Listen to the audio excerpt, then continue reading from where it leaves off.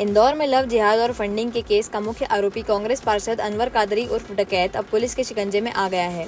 14 जून को बाणगंगा थाना क्षेत्र की 2 युवतियों ने दुष्कर्म और लव जिहाद के मामले दर्ज कराए थे, जिसमें अनवर पर आरोपियों को 3 लाख की फंडिंग करने का आरोप लगा था। इसके बाद से वह फरार हो गया था। पुलिस ने उस पर 40,000 का इनाम घोषित कर उसकी संपत्ति कुर्क करने की कार्रवाई भी शुरू कर दी थी। फरारी के दौरान अनवर नेपाल भाग गया, जहां उसने अपना हुलिया तक बदल लिया, लेकिन पुलिस की दबिश और एनकाउंटर के डर से आखिरकार वह इंदौर लौट आया और अपर व्यवहार न्यायाधीश मिनी गुप्ता की कोर्ट में सरेंडर कर दिया। कल अनवर कादरी के द्वारा कोर्ट माननीय न्यायालय के समक्ष कोर्ट नंबर 14 में कल सरेंडर कर दिया था और इस पर से पुलिस बाणगंगा पुलिस के द्वारा 8 दिन का पुलिस रिमांड मांगा, जिसमें कि 5 दिन की पुलिस रिमांड पर अभी है वर्तमान में।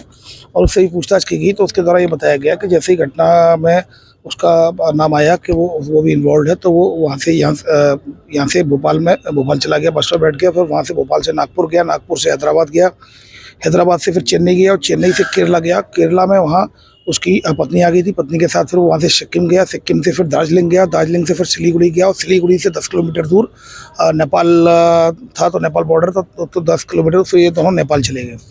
वहाँ पर कई होटलों में वो रहा, फिर वहाँ पर उसने अपना हुलिया चेंज किया और हुलिया चेंज करने के बाद वो फिर यहाँ पर जो कि एमपी सरेंडर होने के लिए फिर वहाँ से निकला, तो फिर औरंगाबाद होते हुए गोरखपुर, औरंगाबाद होते हुए फिर भुसावल से फिर अगेन भुसावल से बुरहानपुर होते हुए और फिर कल मॉर्निंग में उसके द्वारा सरेंडर किया गया था।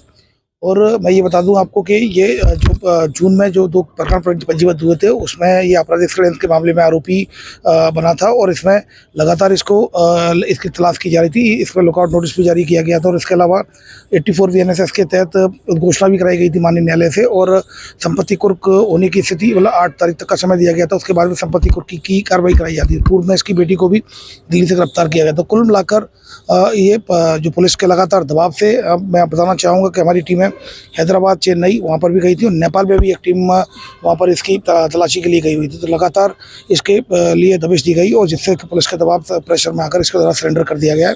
अभी फिलहाल 3 तारीख तक की पुलिस रिमांड पर है, उससे और पूछताछ की जा रही है।